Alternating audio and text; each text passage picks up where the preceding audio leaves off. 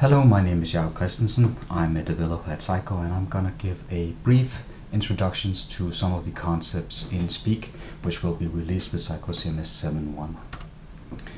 Speak is a UI framework that is meant for developing rich and deeply interactive web applications in Sitecore. As such, it is a replacement for Share UI. The terminology we use is that Speak is a technology, and a Speak rendering is called a Speak component, and Speak components are organized into component libraries.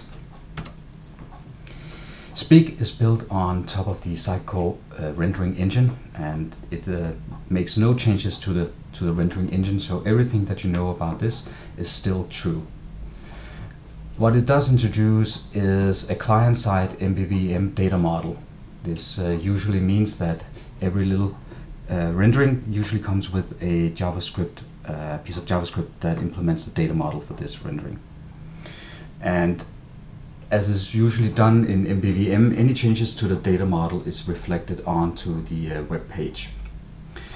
This MVVM model is exposed in what we usually call the page code. The page code is a piece of JavaScript that covers the entire page and binds all the renderings on this page together. The MVVM data model also allows for classic data binding between properties of the various renderings on the page.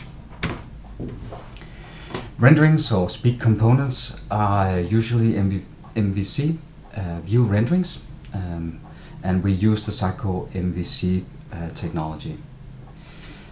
As I said, each rendering usually has a piece of JavaScript that implements the component data model, and for very trivial data models, this can usually be defined just using the standard Sitecore rendering parameters templates.